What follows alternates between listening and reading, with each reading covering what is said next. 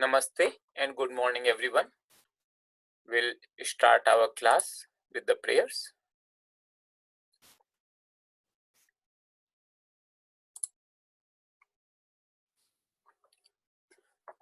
Om Gurur Brahma Gurur Vishnu Gurur Devo Maheshwaraha Guru Sakshat Parabrahma Tasmai Shri Gurave Namaha. Om Sahana Bhavatu Sahanau Bhunaktu सह वीर्यं कर्वावहै तेजस्विनावधीतमस्तु मा विद्विषावहै ॐ शांति शांति शांति. Then we chant Mahamrityunjaya mantra 3 times, praying for those who are in suffering. ॐ त्र्यम्बकं यजामहे सुगंधिं पुष्टिवर्धनम् उर्वारुकम् इव बन्धना मृत्योर्मुक्षीयमामृतात्. ॐ त्र्यम्बकं यजामहे सुगंधिं पुष्टिवर्धनम् उर्वारुकम् इव बन्धना मृत्योर्मुक्षीयमामृतात्. ॐ त्र्यम्बकं यजामहे सुगंधिं पुष्टिवर्धनम् उर्वारुकम् इव बन्धना मृत्योर्मुक्षीयमामृतात्. ॐ शांति शांति शांति.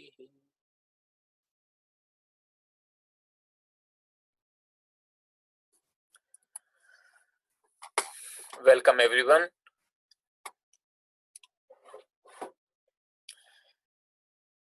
So today we'll start the class with a topic which we already discussed to a certain extent in the previous course, Sanskrit 01. So we'll cover that topic, a little bit of a repetition, a little bit of a new things, and hopefully it will help you to clarify some concepts. So the topic is pronouns. So we'll do the pronouns today. And we have already studied some pronouns. So for example, we have studied tat. So the pronoun is actually tat. And we know that it is in masculine, feminine, and neuter in all the 3 genders. And its forms are different slightly in different genders. So this is probably the most common third person pronoun. When I say third person pronoun, it means it has the forms in all the 3 genders, and this comes with the third person form of the verb. So we say saha gacchati, like that. Sa gacchati, tat gacchati. He goes, she goes, it goes, or that goes. This he, she, or that, it has to be taken into consideration that they are not really quite equivalent to English. So in Sanskrit, the gender is determined by the word rather than an object it represents. So, for example, tree, one of the word for tree is vruksha. So if you have to say that vruksha, you will say saha vruksha. You will not say tat vruksha. Even though in English, you will more likely say that tree.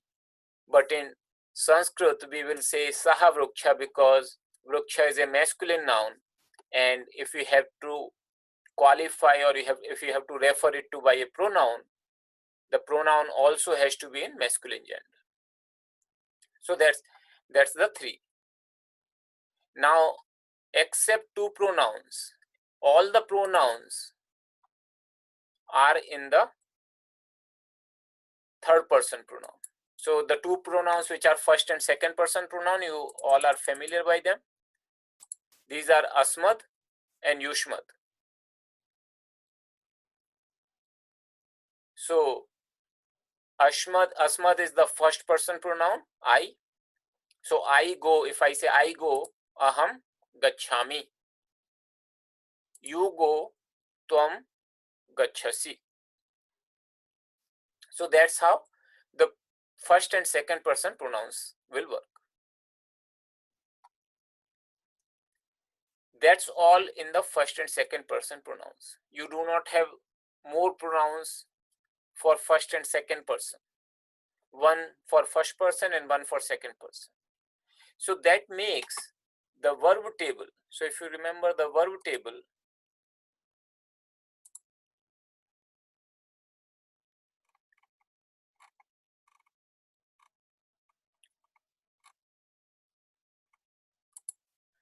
we have this as our verb table. Gachhati, gachhatah, gachhanti.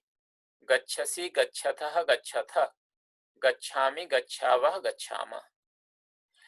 So the first person forms will only come when the subject is the first person pronoun. So if you say gachhami, it means even if you do not say aham, it will always mean that subject is aham. It is not explicitly mentioned, it is implied, but there can be no other possibility when you are using the form gachhami, that it has to be aham. Similarly, when you say gachhamaha, the only possibility is vayam. There is no other possibility. So that kind of makes the things very simple, that for the first person pronoun and similarly the second person pronoun, if you say gachhasi, that means you are referring to the tvam gachhasi, the second person pronoun. So out of 9 forms in a verb table, for these 6, the subject is always fixed.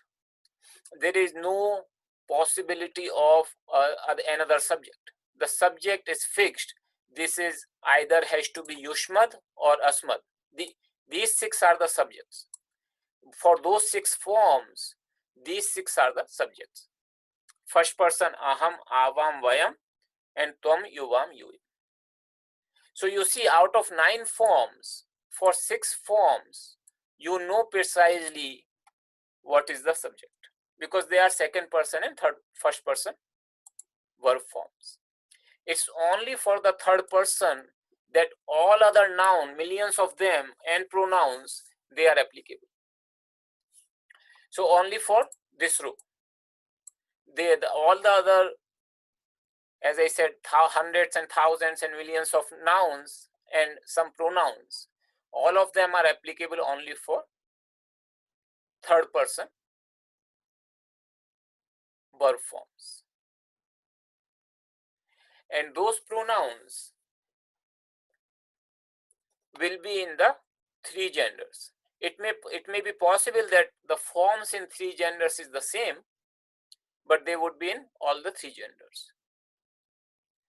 The second person and first person, they do not have any gender. Like when you say I, aham gachhami, whether you are a man or a woman, or even if you refer to it leaf who is saying aham gachhami,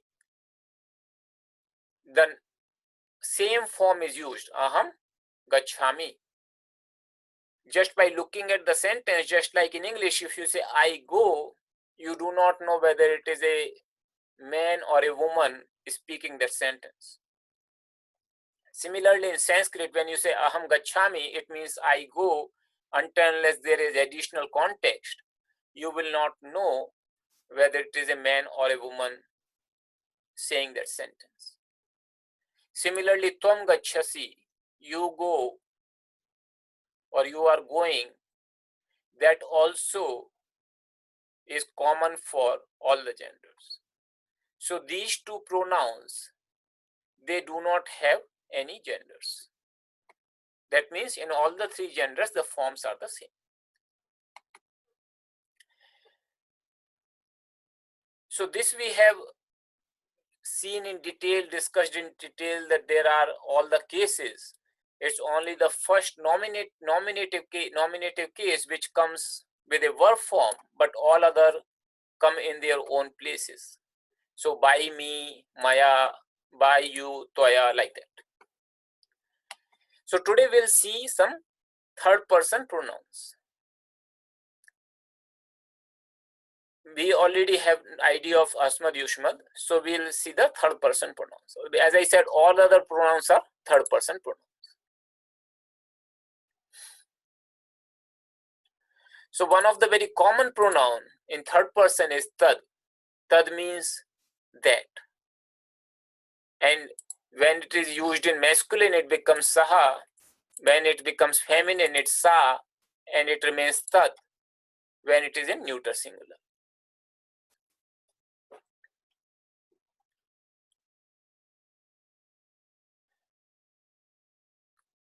So this can be used as an independent pronoun like saha gacchati, or it can be used as a pronominal adjective to a noun. That means saha naraha gacchati, that man goes, in that sense. So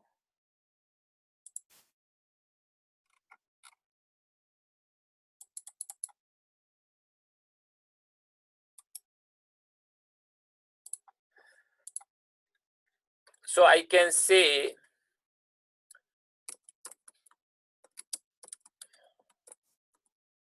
naraha gacchati or saha naraha gacchati.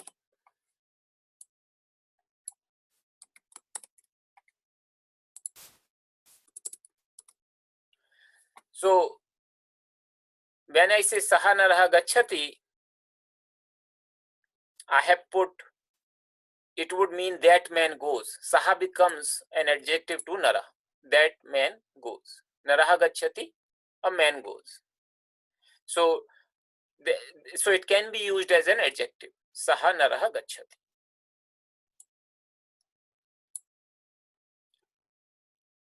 And as you know that adjective and noun, they will have the same gender.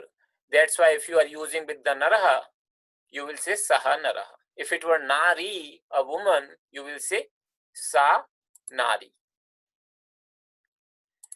So in that sense, it's a demonstrative pronoun, like that man goes. And Sanskrit has 4 demonstrative pronouns. So these are the 4 demonstrative pronouns in Sanskrit. Mainly, I mean, there could be some more possibilities, but these are the main pronouns. So tad we saw, these are the other ones. Idam, we say for the things nearby. Idam. So idam pustakam, this book. Others we say for the distant things. Tad is for the remote things, and etad is for very near things. This is very relative kind of classification. It's not to be taken literally, like many a times you will find it to be used in different places where it does not quite hold to these meanings. So you just take it as a rough guideline that these are the pronouns and that's how they are used. Not to be taken in the sense like literally. Out of these two form the pair, tad and etad. So when I say they form the pairs, if you look at tad and if you look at the form of etad, the only difference is that they are actually preceded by the word a. That's all. All their forms are exactly the same, except that they are preceded by the word a. They are identical. So I'll show you. For example, if I take the masculine and copy it here,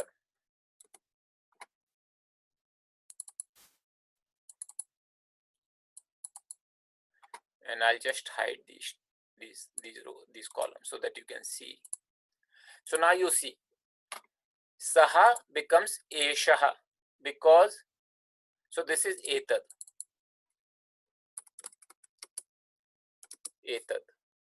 and this is tad. Both are masculine. So saha becomes eshaha, tau becomes etau, te becomes ete. As you can see, this is saha and this becomes eshaha, because if it is follows after a, the sakara becomes shakara, the murdhanya, the cerebral sound. That's why it becomes esha. Similarly, tam, etam, tau, etau, tan, etan, tena, etena, tabhyam, etabhyam, tahi, etahi, like that. So that's how you will see that even though it's a new pronoun, but if you know one, you kind of know the other as well.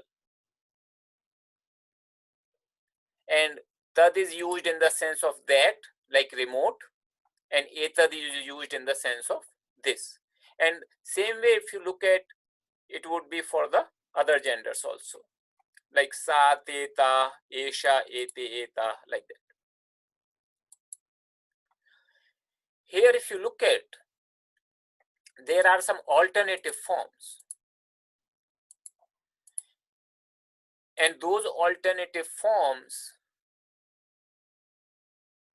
are used when you are referring to something which is already mentioned previously. Like there is a context, and then you are referring to that particular thing again, you can refer to that as enam instead of etham.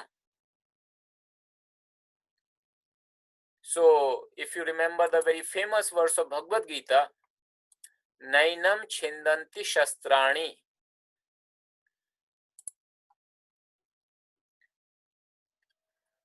So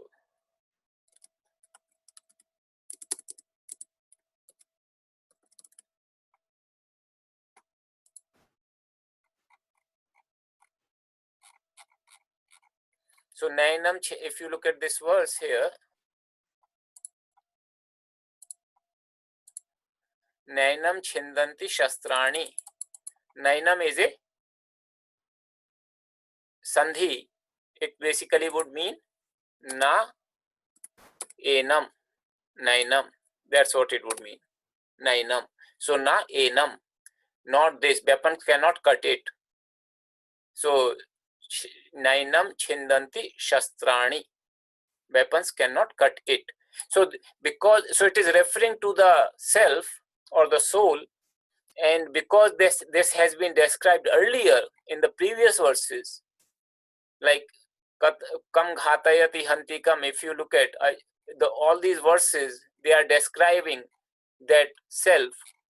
So that's why Lord is referring here is an enam, nainam chindanti shastrani. It's already understood from the previous context that what does it mean. So in that context, one can use enam also. So all these forms, enam, eno, enan, enena, these can be used in that sense also when it is already referred to.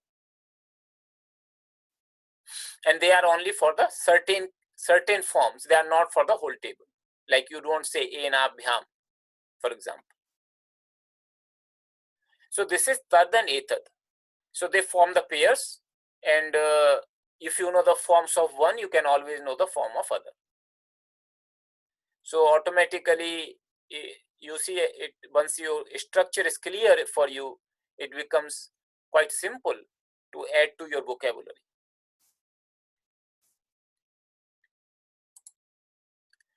Then these are the two other pronouns, idam and others. Idam is used for things nearby and others for the distant things. So you will say between others and tad, which one is more distant? Generally, tad is more distant than others. But as I said, these are not to be taken as literally to be followed. Very, very, very subjective usages. And tad is far more common than others. Others is not commonly used pronouns. It's the least common out of the four. Idam is relatively quite frequent. And idam, so for idam and others, we have the forms in three genders. This is the idam.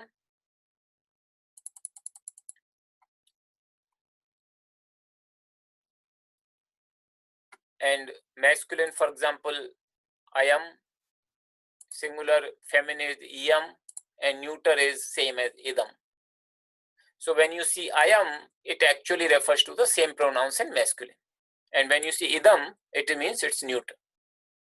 So very common to you have the usage of these ones. Not so much of others. Others has also three genders. So this you keep it for the reference. You don't have to memorize. At the most, you can just be familiar with the nominative because that is most common. Idam also, it is more common in the nominative than in other cases, even though it does appear in other cases.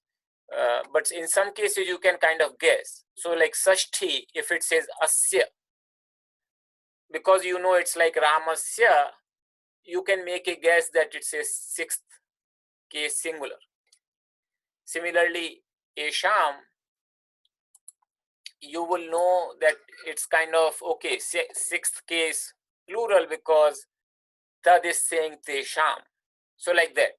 So it Ebhi, Ebhya, you can make but nominative, it may be difficult for you to make a guess. So just be more familiar with the nominative case. Ayam, Iyam, and Idam.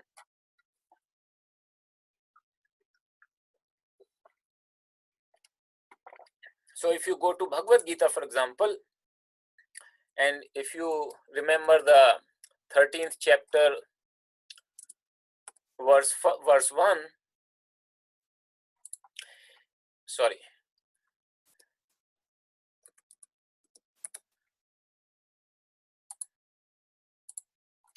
Idam shariram kaunteya.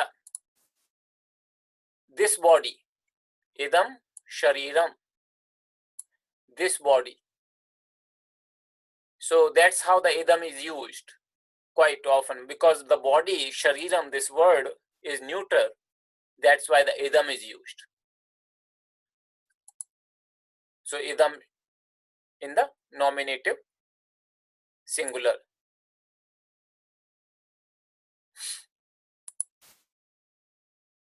So these are the others is least common among all the four demonstrative pronouns.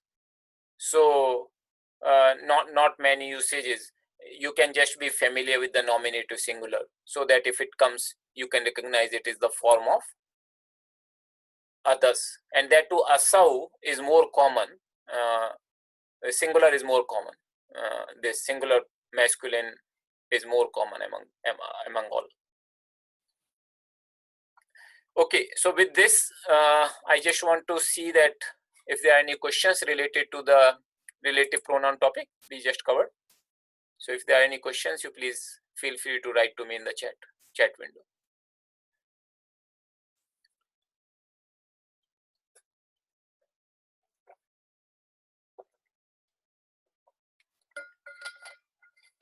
Okay, so I do not see any questions here. I think it is fairly straightforward topic. Then the next thing is, in Sanskrit, how do you make the interrogatives? So just like we saw yad and tad, the basic form of making an interrogative is kim.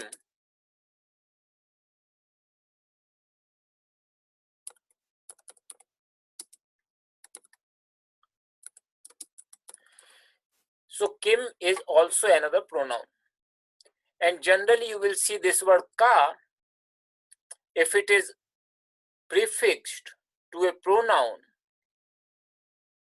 then it makes a question interrogative pronoun.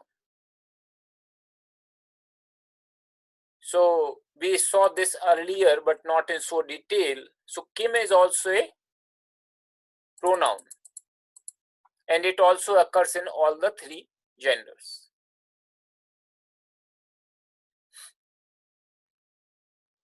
Kaha, kau, ke. So kaha means who or what. If it is in the neuter, it will be more like what. Then ka would be who, referring to something feminine. And kim would be the same, like who or what, referring to something neuter. These are very similar. The conjugations of kim are very similar to yad or tad. So I'll show you that it is so similar that you can almost write the whole table of kim if you know tad.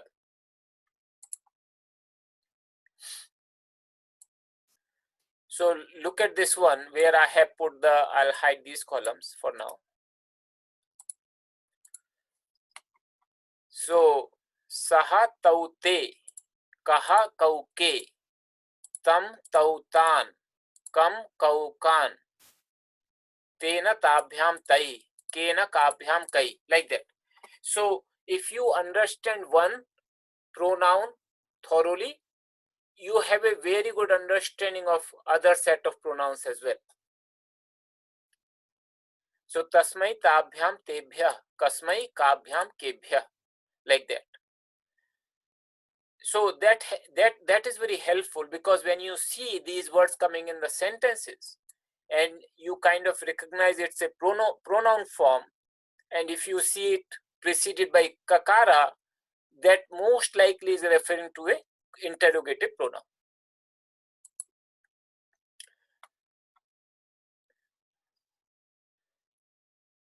So if I look at here, naraha gacchati, sa naraha gacchati, and if I change it to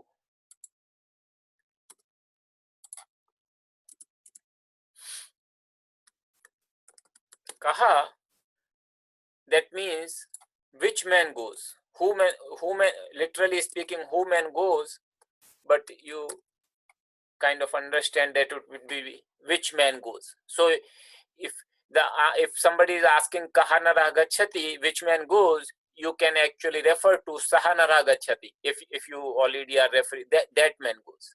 Like if there is already a context to say that man goes. So that's how it works. Or you can just say kaha gacchati, means who is going. You don't know whether it's a man or woman or whoever. In general, you can say kaha gacchati or kim gacchati. That could also be referred to.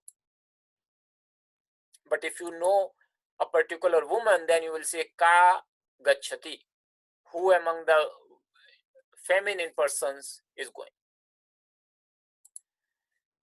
So it is not only the kaha, it is kim, come also. So just like tena by means by him, kena means by whom.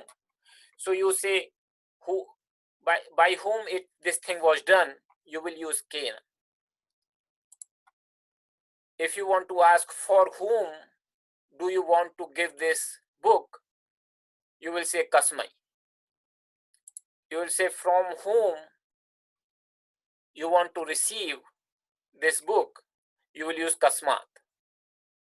Or if you say whose is this, kasya, genitive case. And in which place, for example, if you are referring, in which place should I stay, then you will say kasmin. So the same table gives you all the typical interrogative pronouns which we use in English: who, where, what, how. Uh, so there are some other more also, like for how and when, which is not covered here. I'll show them to you. But most of the interrogative words are covered. So when you use these words in Sanskrit, the sentence becomes an interrogative sentence. So we'll see some examples of those. And this I have taken from Sanskrit Subodhini from lesson 7. So if you look at here, examples: kaha gachati, who goes, who among the masculine, because that is the masculine pronoun. If you say ka gachati, ka is the feminine singular. So it is conveying the same meaning, except that you are referring to a feminine person. Ka gachati, who goes. Then kim khadati, what does X eat? So you can actually say Ramaha kim khadati, what does Rama eat?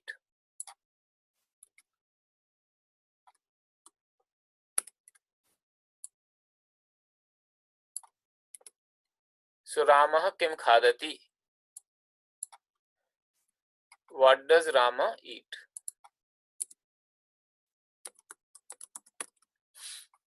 Ramaha kim khadati, because kim becomes the second person, it's the object, right? So if you look at the table here, it is the same whether it is a nominative or accusative. That's why we are using kim. Then kasmai yachasi, to whom do you give? Because kasmai is the fourth case. Kasmai, if you look at here, it's a fourth case, dative. So that means for whom. Yachasi verb you have already seen in Sanskrit Subodhini. It means to offer or to give. So whom do you give? If you are referring to the female person, then you will say kasyai yachasi.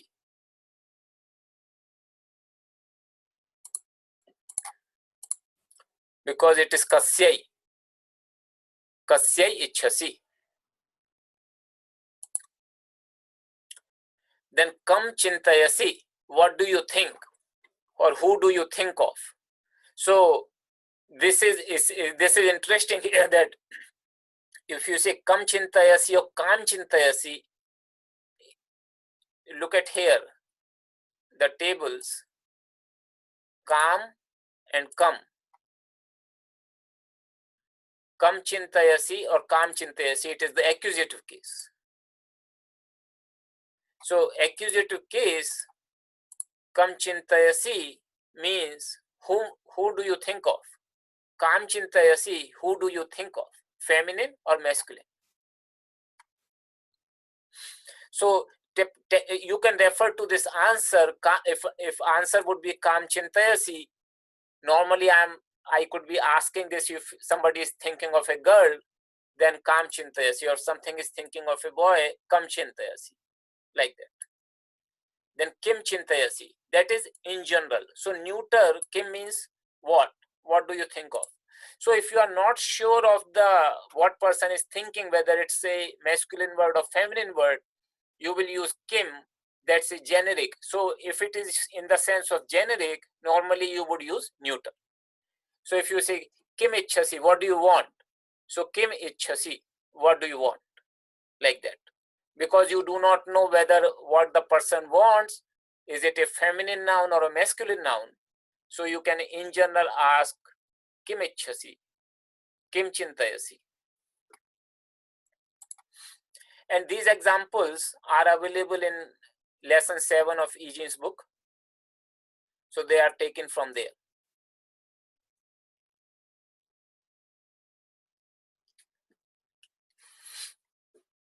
So similarly, this other examples where these words can be used as an adjective. Kam naram pashyasi. Which man do you see? Kam prasadam gachhasi. To which palace do you go to? Kam malam pashyasi. Which garland do you see? Mala is the garland. So remember, when it is coming in the as a adjective, pronominal adjective, interrogative adjective, then you have to make sure that the pronoun has the same gender and same number and same case as the noun. Because in Sanskrit, adjective and noun, they follow the same gender, same number and same case. So if you say come, then you have to say, for example, Ramam or Pustakam, like that, or Kim Pustakam. Like this, if you say, by which book did you in which book did you read this? Let's say if I'm reading, if I'm telling you something, and you say, hey, in which book did you read? So you will say Kasmin Pustake, because Kasmin in which, and when you say book also has to be in the same number, same case. Book is also neuter, so you will say Kasmin Pustake. So this part has to be understood. Otherwise, you will not say Kasmin Pustakam. That will be wrong. So you will say Kasmin Pustake. In which book did you read? Because book, the in which is referring to the book. It says, so interrogative adjective you can say to the book. So that's how you make the interrogative sentence in Sanskrit. Fairly straightforward.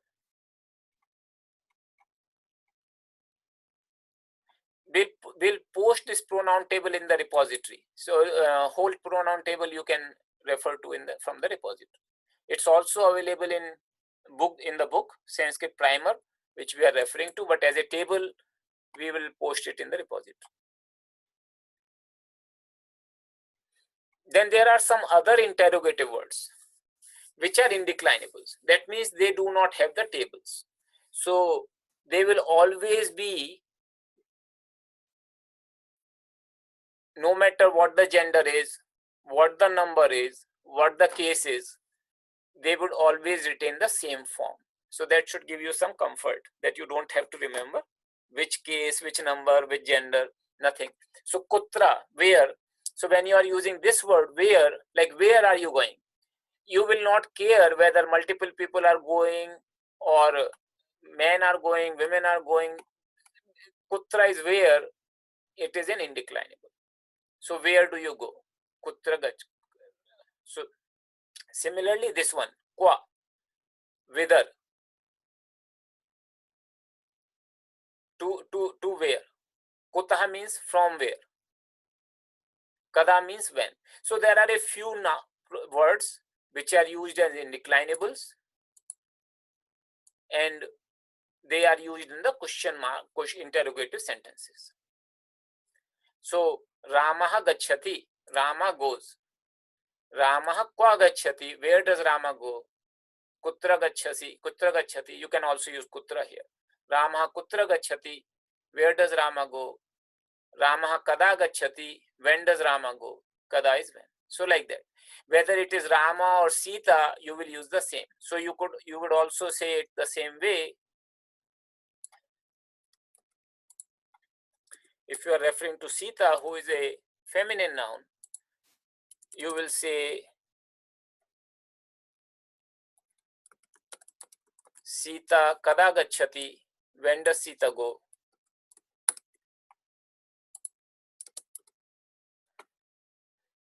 So say it will not change based upon the gender or based upon the number.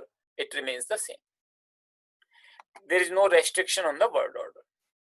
So this is as far as the how to make the interrogative sentences in Sanskrit. Then there are some other particles which are added to these interrogative words to give a certain meaning. So what are these particles? These are chit, chana, and api. By itself, they may not have any meaning. Like api has some meaning, but when it is combined with something, it gives a little bit different perspective. And they all three work pretty much in the similar manner. Like from the perspective of usage, you could use any of them, will give about the similar meaning, and they can be used quite interchangeably. So if I add the word chit, kaha means who. If I add the word chit, it becomes kaschit because of the sandhi. Kaha chit becomes kaschit. It becomes the meaning of someone. Instead of interrogative, it becomes sort of indefinite. Someone. So like if you say, who came here? Kaha na raha agacchati? Which man came here? You can say kaschit na raha agacchati. Someone came here. Some man came. Similarly, kaschana, you could also use kaschana. Same meaning, someone. Or you can say kopi. Kaha api. It becomes, because of sandhi, it becomes kopi. Kaha api, kopi, someone. So either of the three particles, when they are added, gives a sense of indefiniteness. It doesn't remain interrogative anymore. It kind of gives the sense of indefiniteness. You can put them in any case. So like kaha, kam, kena, not just with the nominative case, you can use them with any case. So kena, kenachit, by someone. Kenapi, like by someone. So like that. Kada means when, kadachit means sometime.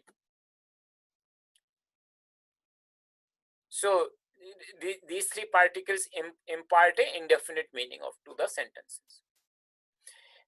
There is another thing also, that when you put na, that means not, before this na kaschit, like after these words na kaschit, na kenachit, it means at no time. So kaschit means, kadachit means sometime, kada means when, kadachit means sometime, na kadachit means at no time, never. Similarly, kenapi would mean by someone, na kenapi means by no one. So kaha means who, kashana means someone, na kashana means no one. So when you put the na after this indefinite, it becomes very strong negative. So if you look at some examples from Gita,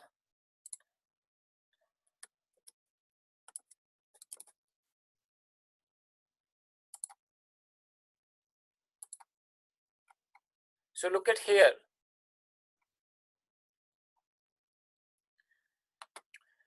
Kadachana, as you saw, kada means when, kadachita means sometime, or kadachana means sometime. It's like chana here is used.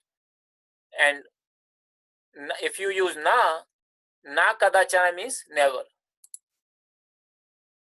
So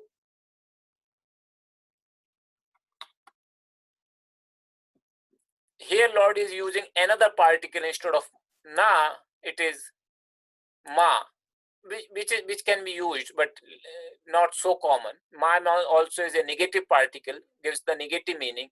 In some sense, it is more appropriate than na, but idea is the same. Na kadachana means never, never to the fruits thereof. So ma phaleshu kadachana.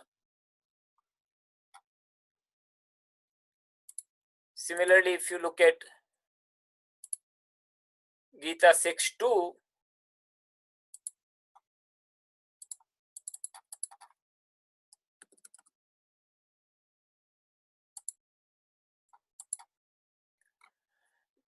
here is the verse, nahi asanyasta sankalpo yogi bhavati kasyana na kashana, no one. For none becomes a yogi here. For none becomes a yogi. Na kashana bhavati. Na kashana yogi bhavati. No one becomes a yogi who has not abandoned his sankalpas. So that's how this is used. And it is quite common to use it with the na to indicate that no one, never, by no one in that sense. So if you are in a Sanskrit, if you are reading a story, many a times the story could start with atha kadachit. Kadachit means sometime. So atha, if you add the atha, which is the beginning, it can become once upon a time. So atha kadachit pingalako nama simha. Once upon a time, a lion named Pingalaka. So I'll take the questions now. I just wanted to explain to you these. Okay, so there is a request here that could I talk about yaha forms? Yes, I'll talk about the yaha forms. Others is translated as that and this. It can translate as that. So others, if you look at others, it is distant things. So because it is distant, normally it is translated as that or he. So this is others. So in masculine, it can translate as he. In neuter, it can be translated as that, more like that than it. But again, as I said, these are not so strict. Depending upon the context, you will decide what would be the correct translation.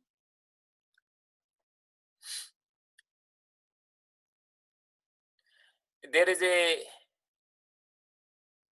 question, Salil Baba, I'm not sure. You said Edam versus Etad. I'm not sure Edam versus Etad. What is the question? So you can please write your question. I do not see Edam, anything Edam here.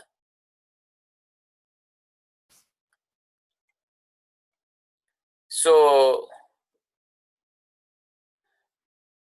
there is a request, would be add this table to Sanskrit 02 other study materials, we will. So there is a question, can the answer to Kim Gachati could be answered in any gender? Yes, Kim is a neuter. So in case of you do not know, if you just want to know, if you are not sure who has gone, Kim Gachati or he or she or it, then you can just ask the question as Kim Gachati, who is going, and you can get the answer in the neuter, masculine or feminine.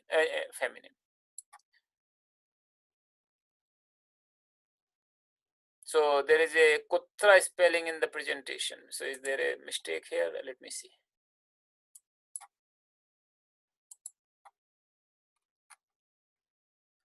Kutra. So kutra is not there.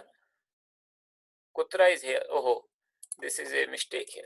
Thank you. So kutra.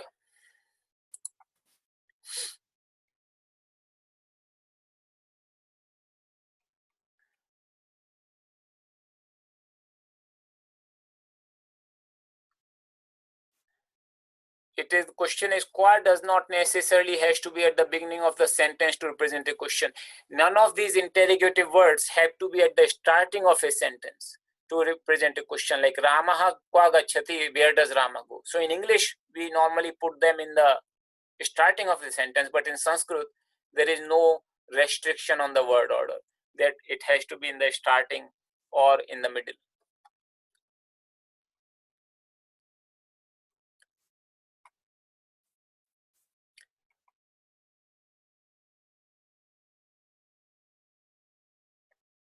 So there is a comment here, Swamiji, we can identify so many words from Bhagavad Gita that are not clarified with this session. Evam sati uchyate santushto yena kenachit. Yes, so that is true. Santushto yena kenachit. That whichever way. So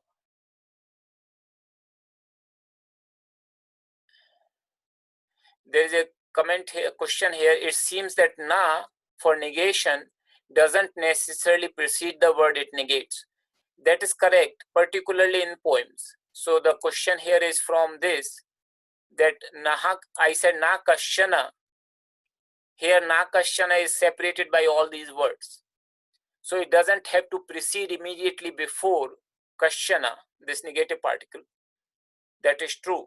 And more so in poems. In text, if you're seeing, it is more likely, not always, but more likely to be preceded before the kashana, but certainly not in the poems.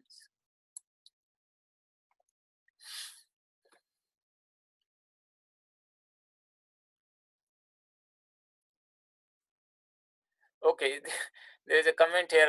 I'm loving these words and meanings, but how do we remember all of them?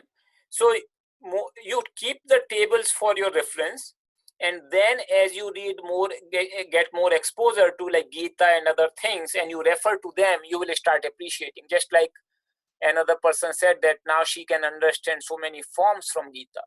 So memorization always happens with the exposure. In any language, if you want to improve your vocabulary, you are not recommended to memorize the dictionary, but you are recommended to keep the dictionary as a reference and increase your reading.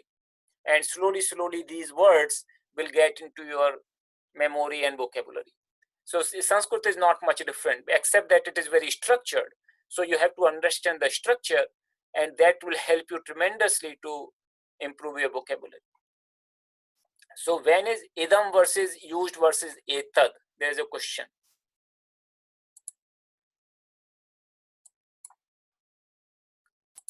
So when is idam used versus etad? There is no particular rules regarding that. I'll see if there are any guidelines in the grammar books. I haven't come across any particular guideline when is idam versus etad is used. But I'll double check, and if there is anything, I'll update in the notes. But so far, to me, the way I have seen it, there is no particular guideline there that idam versus etad. Okay, so with this, I'll touch upon another topic which we have covered in fairly good detail in the class 1, the Sanskrit class 1, and that was for the relative pronouns.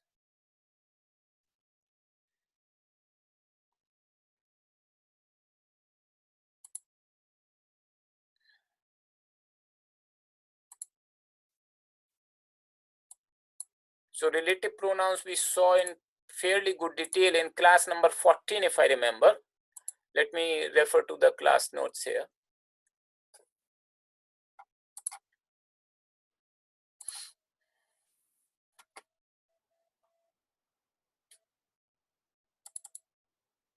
So Sanskrit 1, class notes 14, I think it was.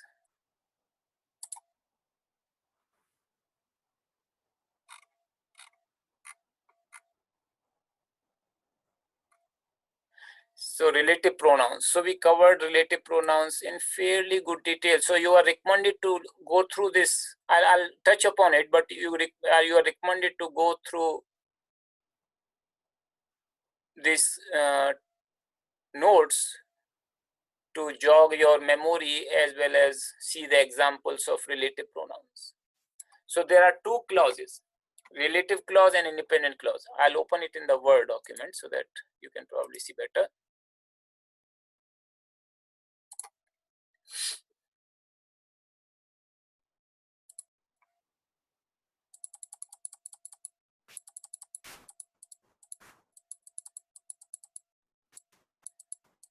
So these notes are available. So relative and independent clause. So in English, if you have like this kind of sentence, I see where the king lives. So I see is the independent clause. Where the king lives, you will not use it just by itself. Where the king lives will not make any sense. It has to be combined with an independent or called correlative clause. So I see where the king lives. So in Sanskrit, the pronoun is used as yad, which is a relative pronoun, means one who, and it also is in the all the three genders. And the beauty is, just like we saw for tad and kim, they are very similar. Tad and yad are also identical almost, except the first one, saha and yaha. You see tena, yena, tasmai, yasmai, tasmat, yasmat, tabhyam, yabhyam. So it may seem like that there are a lot of pronouns and lot of words to remember, but if you understand the structure, it is extremely easy to understand all these and see when they are being used.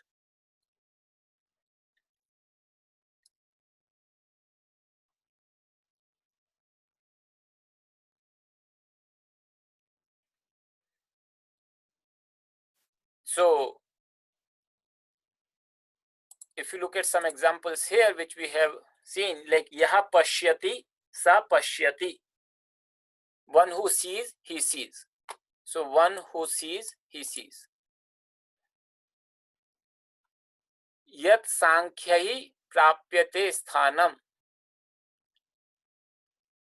The place which is attained by Sankhya, by Jnana Yoga, tad yogairapi gamyate. That is also attained by yoga. So yat and tad. You see yat and tad.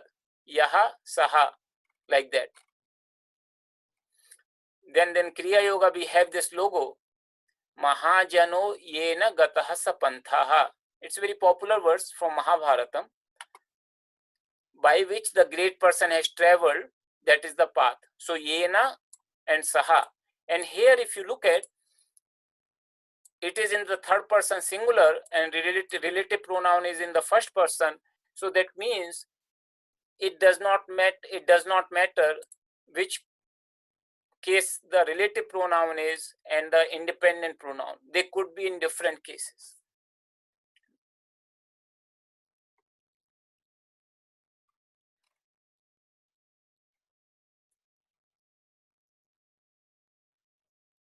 So even in this verse which we chant, Gurur Brahma, Gurur Vishnu, you see Tasmai, to that Guru.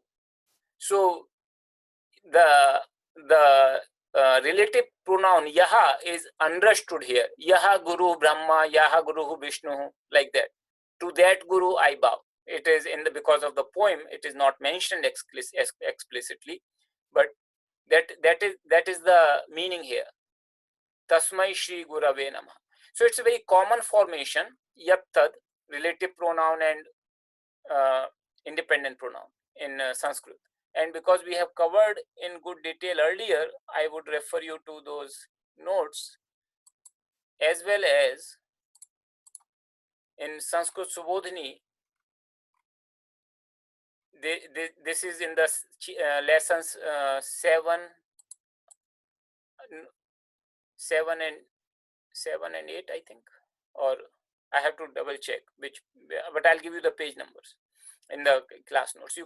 So relative clause and correlative clause,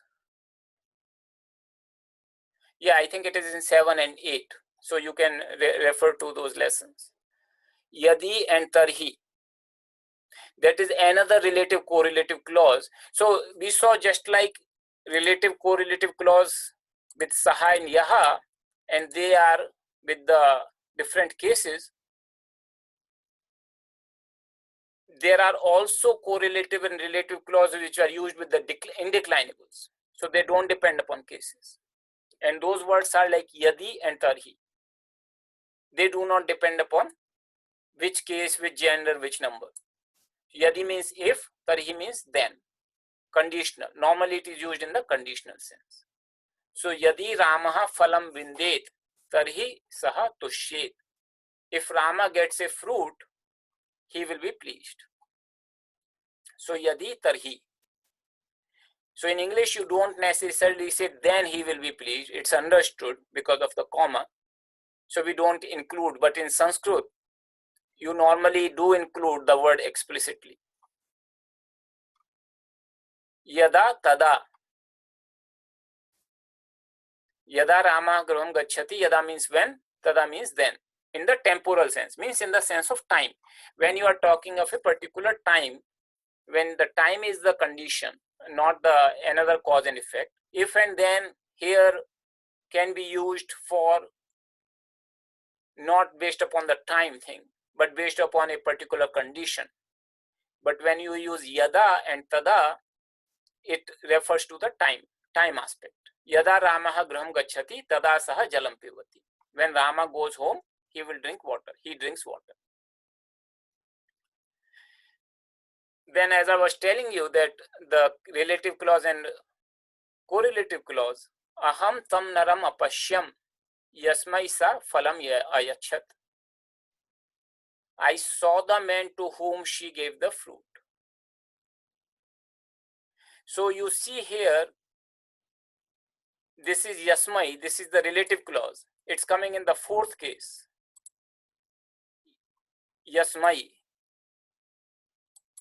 And here it is tam. It is coming in the second person. So it's referring to same, tam naram yasmai. To that man, I saw that man. In English, we normally say the man, but literally speaking, I saw that man to whom she gave the fruit.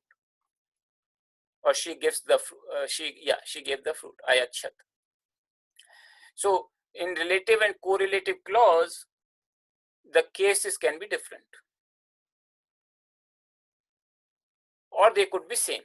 It doesn't have to be different, but they can be different.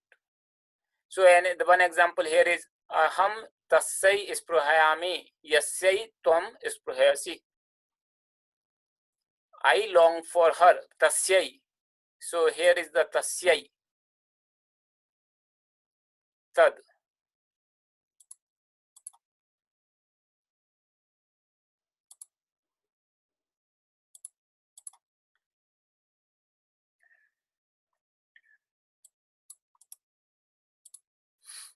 Tasyai. Tasya is the feminine form, fourth case. Aham tasya isprahayami. This is the first person singular word, lat lakara present tense. So I long for her. Yasyai tvam usprahasi. For whom you also long for. So yasyai is the yat. Yasyai. So tasya yasyai. You can see the pairs. It's very easy to recognize. So this is the relative and correlative pronouns. You can refer to class notes of last class 14, last course, as well as read this book from Sanskrit Subodhini chapters. So with this,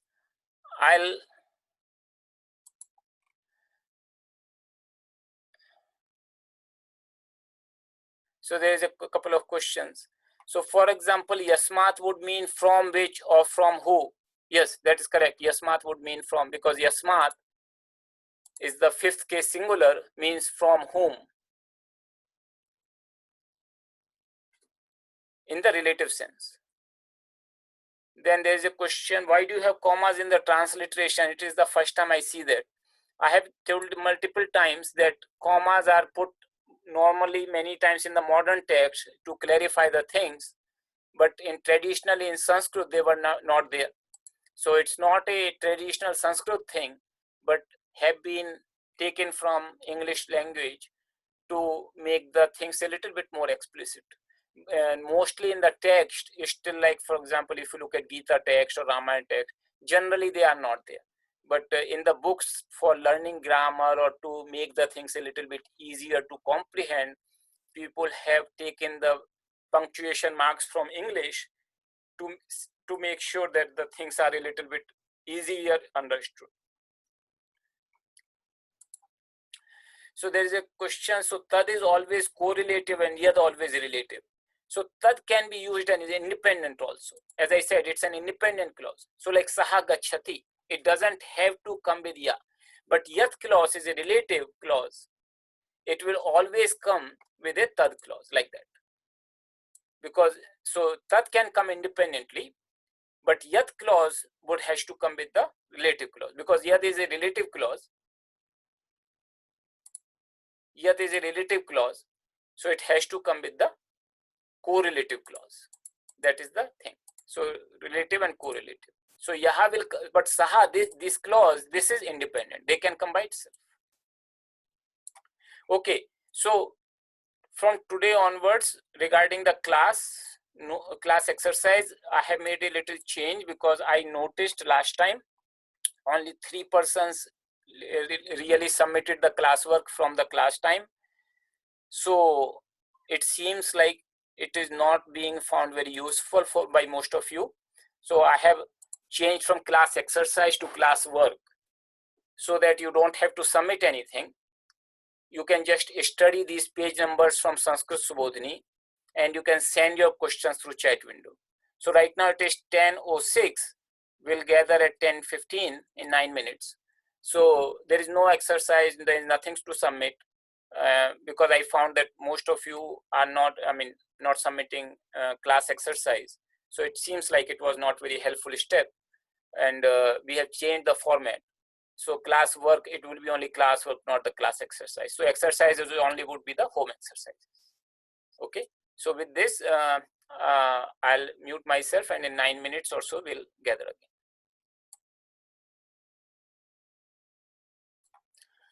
Welcome everyone. So there were some comments that you said class exercises were found useful, but you did not know to submit them, and also the time was short. So in any case, we will just switch a little bit the format. I understand the time was also a concern for many of you. Time wouldn't have been enough sufficient for completing and submitting the class exercise. So we'll just keep it a little light, classwork. And there is a question here on the classwork. So let me take that question. And that is in page 75.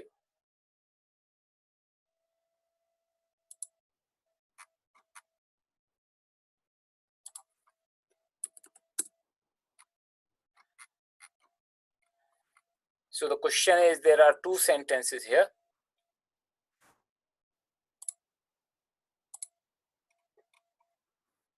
Aham tasyai narye spruhayami yasyai tvam spruhayasi. Aham yasyai narye spruhayami tasyai tvam spruhayasi. So what is the difference between these two sentences? That is the question. So here he is saying that usually the noun referred to by the relative pronoun appears in the first clause of the complex sentence. So if you look at here, that's the usual thing. Usually it appears, but not the always, and it's not necessarily a rule which will change the meaning of the sentence. So the same sentence here I had written,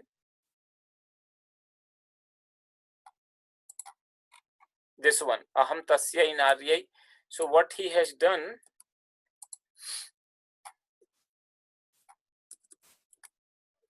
he has changed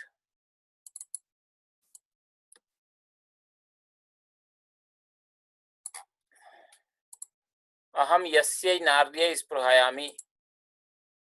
So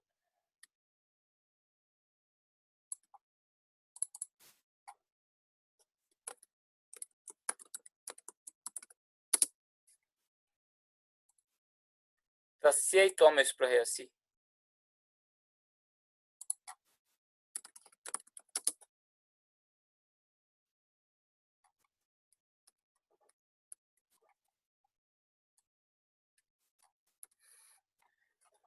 So here he has put the relative clause, the independent clause first. Aham tasya spruhayami. Here aham yasya spruhayami. So the woman whom I long for, you also long for her. Like you long. So tasya tvam spruhayasi. You long for her. So it has sort of reversed here. The first is here the independent clause and then the relative clause. Relative clause is associated with tom, and independent clause here is associated with the hum. Here the relative clause is associated with the hum. So the woman whom I long for, you long for her too, like that. So the independent clause is, so the meaning changes slightly. Here the independent clause is linked to the tvam, and relative clause is linked to the aham. Good question. So with this, I'll take a few questions which were submitted from in the emails. And even we may not have class exercise, but we will still have home exercises, and we would be expecting you to submit, and I will answer the questions which you submit along with the home exercises.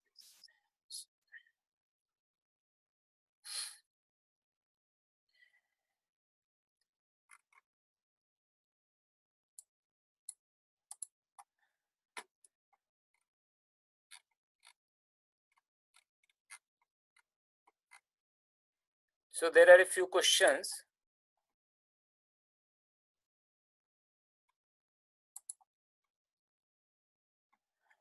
There was a question, I have a question about this exercise, lesson 5, example 110 in Sanskrit Subodhini.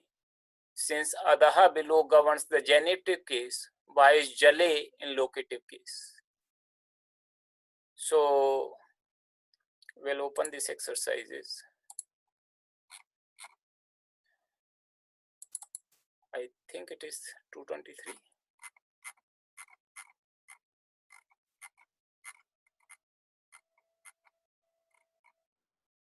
Or 222.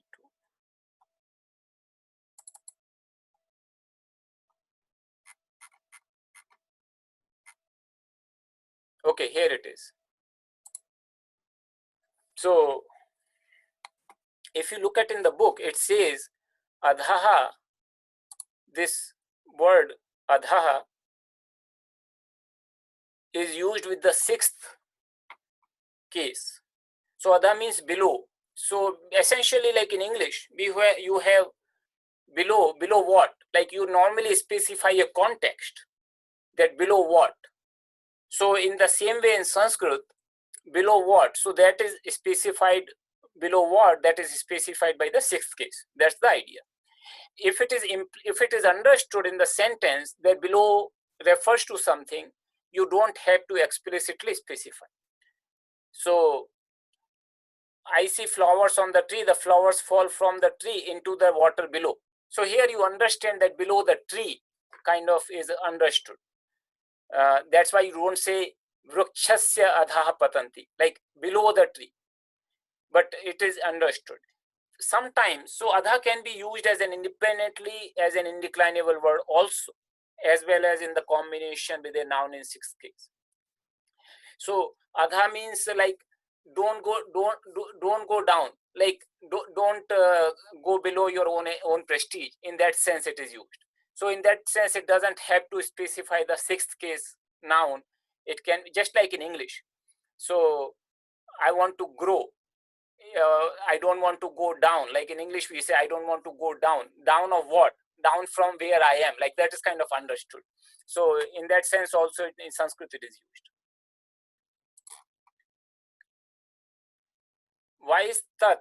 Tad in Deshpande lesson 2. So in Deshpande book, the Sanskrit Subodhini book which we are referring, tat is there, tad. And why is that so? That is the question. Because in here, when you see, when we do the tables, tad, we are saying tat, te, tani. And there in Deshpande book, I think it says tad, like the same as the pronoun. So just to let you know, in Sanskrit,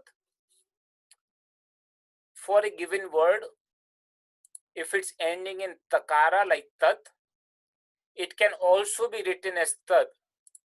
The thing is that depending upon which word it follows, it will be either tat or tad based upon the sandhi rule. So tat is more common in the sense like it ends, if you just referring to by itself, you normally will refer to as tat rather than tad. But it's possible, and particularly when it appears in a sentence, the sandhi will determine whether it should be tat or tat. So, but as per the strictly as per the grammatical rules, Both tat and tad are valid forms. I just didn't want to give you too many options because that is less common, so to speak. Thank you all the team members for the beautiful classes. How to form Anvaya for a shloka.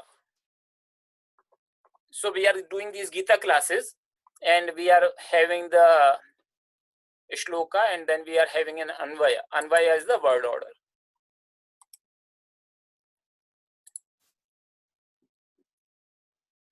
So for example, this verse.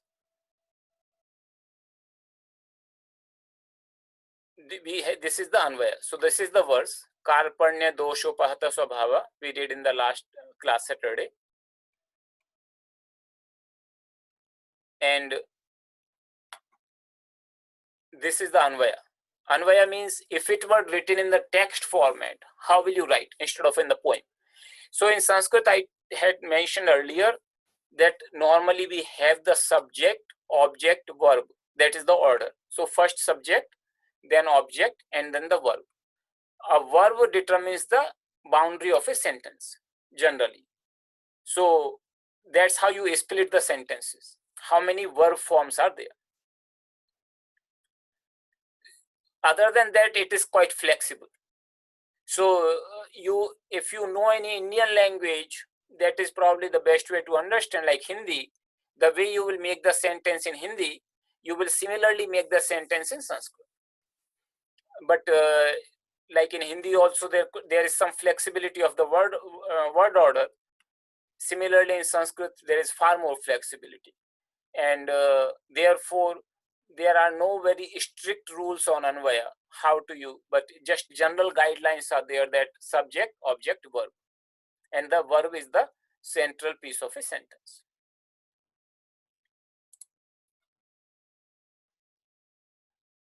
How exactly to pronounce Anuswara? This is the word for Anuswara. Does it have a nasal sound both at the end of the words and in between them? So right now it is coming to the time. Yes, it does have the nasal sound. We normally write it as this way, M with the dot under rather than M with the dot over. So they are in the older text, we did have the M with the dot over. They are just referring to the same thing, different transliteration standards by different bodies. That's where, but IA, so for example, if you say Ramam Gachati,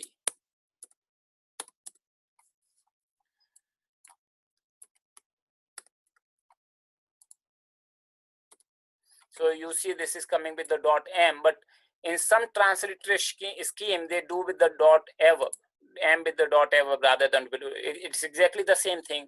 The way you will pronounce it, Ramam Gachati, just like you will be pronouncing as without dot. There is a slight difference, and that probably I'll take it in the next class, that how the pronunciation and the writing may differ in this case. So that I'll probably take it in the next class, because today we are already pretty much at the end of the time. I just want to share a few comments. It may be a little bit over for our class, 5 minutes maybe. So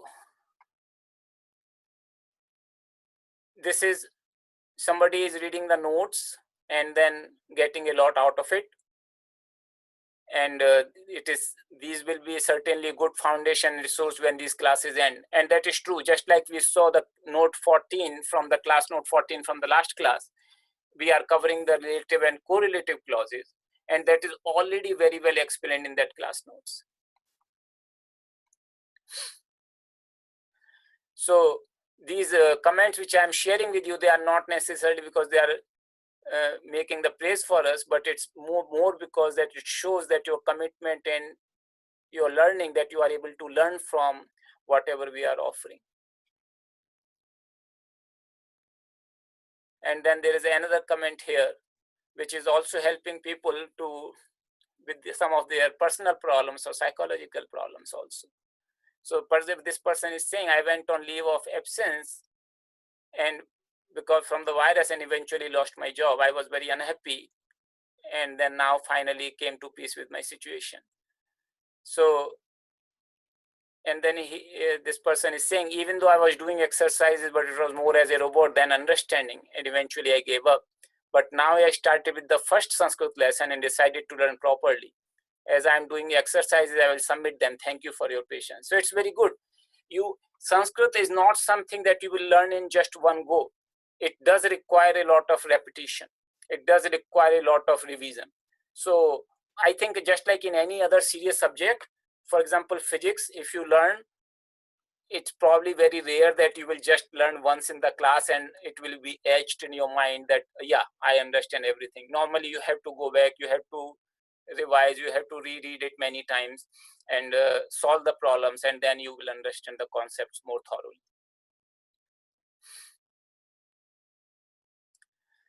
So this is another comment here where a person is saying that she found it difficult, but finally start getting the sense out of the meaning and will keep trying. And this is the beautiful part, that you send us the questions if there are any difficulties, but you keep trying, you don't give up, and eventually you will see that it will start making a difference for you. And then this is another person, now she is submitting the class 8 from the last Sanskrit course 1, because I told you that if you are still lagging behind and solving the exercises for course 1, please feel free to submit them to us, and if you have any questions. So you look at this person's experience, and then here she is saying that in doing so, I can say that Bawal Sandhi for me now, rather than a soup of rules, which is what I had in my head, has become more like a recipe, something that I can follow, and I'm very happy about that. And it has taken quite a few hours. So it does require effort. There's no question about it. Sanskrit is not difficult in terms of like if you are committed to learn and you are ready to put time for it. But it does require commitment, it does require time. And then you will start getting the meaning out of it, you will start enjoying it actually. So just wanted to share a few comments like that. I'm very happy that some of you have started. I have seen that more people have started submitting the exercise, so that's a very good thing. And those of you who have not been submitting, I would again request you to please submit, even if you are lagging behind, and you can submit your questions if something is making you difficult to understand the concepts. Just a little bit on the exercises for the home exercises for today. So we'll have lesson 7 from Sanskrit Subodhini. So what Tapasyananji, Swami Tapasyananji here has done, and it's a very beautiful thing he has done. He has taken these exercises and put them in the exercises for you, both in the transliteration and Devanagari. So even though it wasn't our plan necessarily, but he has gone an extra step. And so that people who are not quite comfortable with Devanagari yet and still learning, they can still follow the exercises in the transliteration and submit it to us. The content in the 7 we already covered today, as well as we covered in the last course. So it's more like a revision for you and a few new concepts. So even if you are lagging behind, you can still follow these exercises and potentially submit the solutions, because these concepts were already covered. So this is the lesson 7, and similarly for lesson 8 for Sanskrit Subodhini, and this is the translation. And also what Tapasyananji has done, there is a write the declensions. He has already provided a table, a skeleton, so that all you have to do is you can just fill up the forms. So even if you are doing it manually, writing by hand, you can print these pages and fill them manually and submit it to us. If you are doing on computer, of course, it becomes very easy. You just fill it in. So thanks to the Tapasyananji, he has taken quite a bit of pain just to make the things easier for you. And then we have lesson 9. So there are 3 exercises, 7, 8, 9. They may look like a lot, but it's not, because most of the concepts are already very familiar to you. It will be a lot of revision and a little bit of some new concepts. So it should not be so difficult for you to solve these exercises. And this will give you a very good understanding of the different verb forms, different nominal forms, once you go through these. So let me just quickly see if there are any questions. We are 5 minutes.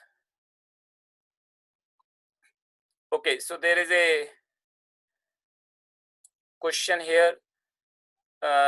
Thank you for sharing the comments. It is nice to see how Sanskrit has helped us in many different ways. Yes, thank you.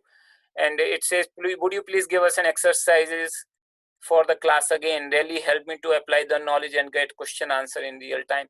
The thing is that class exercises, most likely we will not start, because it does require a lot of effort on my part to prepare the class exercises so that it can be done in a very limited time with a limited vocabulary. And different people have different understanding and they are at different levels. So class exercise to cater to something which is, even forget all, even to a majority of the class attendance, it becomes extremely difficult. And that's probably one of the reasons why most of you have not been submitting the class exercises. So we will have the home exercises so that you can take your time, solve those exercises and submit it to us the questions.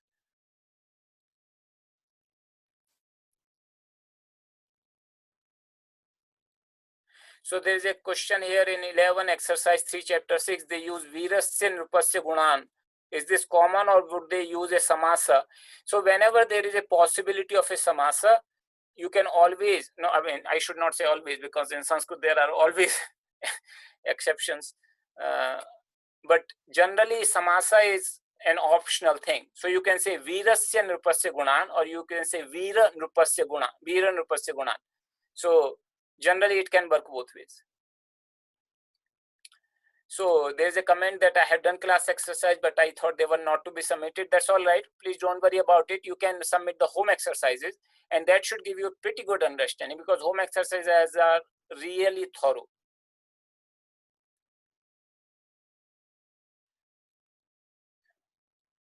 So with this, we'll close the class. And please do solve these exercises, home exercises. You will understand that how these things are applied. And the exercises from these Sanskrit Subodhini, they are more thorough than what we were doing in class 1. So they will give you much better understanding of the different forms which you have studied, of the different verb forms and other things. So with this, we'll close the class with the prayers.